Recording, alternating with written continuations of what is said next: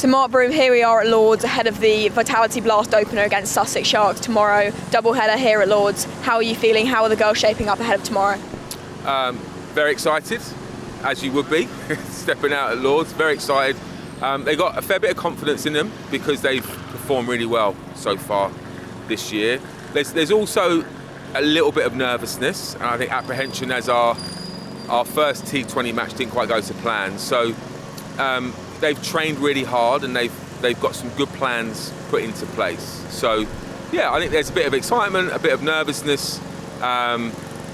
We're expecting Sussex to come out and be as strong as they normally are and to give us a real run for our money. So, you know, we're looking for a really good day all round. Looking forward to it. You touched on it there, but obviously it's no lie that you've had a very, very good start to the One Day Cup campaign. Obviously now a different format. What kind of conversations have you been having to kind of keep that momentum going into a different, shorter format? The conversation has been quite simple. It's let's identify the things that we've done well in the 50 over stuff and let's transfer those into the T20 and make sure that we perform our skills as well as we can. You know, we know that there's obviously less time. You haven't got as much time to adapt and things have to happen quicker and sooner. But the core fundamentals of getting the ball in the right place, getting your field set in the right place, having a clear plan, and then when you're batting, make sure we go hard up top, make sure we rotate strike, make sure we run hard, put the fielders under pressure. They're transferable across all the formats. It's just making sure that we don't allow the chaos that comes in T20 cricket to affect our plans, because that can happen. That can happen at the highest level. So a lot of clarity and just making sure that we're very clear on what we want to do. And you've mentioned it, the last Kent game obviously was a loss, but there were definitely some positives to take away, principally Finty's 50, Anaya bowled extremely well. What kind of role do you think they're going to play tomorrow?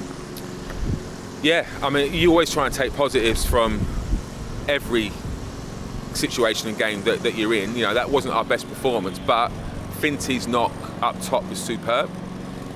She will try and do the same, but now carry it further. I actually thought Gaia's knock when she came in down in the lower order, she went brilliantly and kind of got us to what was initially a defendable score.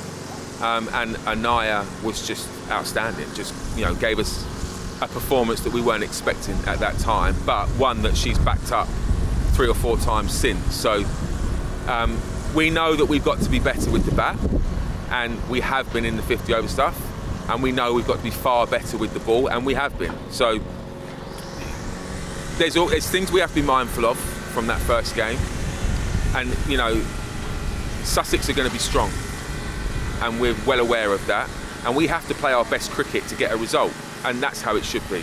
We can't expect to go out there and play half decent cricket. Sussex won't let us. We've got to go out there and play well. So we're expecting a tough challenge, but the girls are up for it. And just building on that point, obviously we haven't faced Sussex in any of the formats yet. What really are you expecting them to bring here tomorrow? I'm expecting them to bring what Sussex bring. You know, they're going to bring excitement. They're going to bring some hard, fast cricket. They're not going to let us get away with anything. They've got a good bowling attack. You know, their batters have shown they can go hard up top, and we have to be mindful of that. I don't know about depth. I don't know about their depth, if I'm honest, but we have to assume they've got depth all the way down in their batting lineup, and we can't assume anything else. We can't afford to, if we do manage to get ahead of the game, we can't afford to let them back in because they'll punish us, as we would if they were to let us back in the game. And I think that's what's going to be so exciting. You know, it's who can hold their skills for longest tomorrow, who can strike first, and who can maintain the most amount of pressure for the longest period that's going to come out on top. And finally, we've announced today that Naomi Dighton is returning for 2 games on loan back here to Middlesex on loan from Hampshire. Just a word on that. Yeah, it's brilliant to have Dats back. She's a Middlesex girl through and through. She's a top quality cricketer that has got heaps of experience in so many formats now, playing in this country, playing abroad, playing 50 over, playing T20, playing 100. You know, she's been around for a long time, Dats, and she's someone that the girls can learn from. We've only got her for a couple of games. It may be a bit longer. We don't know yet. I would imagine after a couple of games, Hampshire are going to say, right, we want her back, which is absolutely fine. But for the time we've got her, it's an opportunity for the girls to speak to and learn off a player who has a proven track record at the highest level. So yeah, it's brilliant to have Dats back. She's a great girl. She's just gelling with the group. She's already mixing with the group now, as if she's never been away. So yeah, we're really fortunate to have her for a couple of games. And now it's down to her to go out and show the player she is, and probably only stay with us for a couple of games before she goes back to Hampshire. Yeah. Perfect, and best of luck for tomorrow. Thank you. Thank you.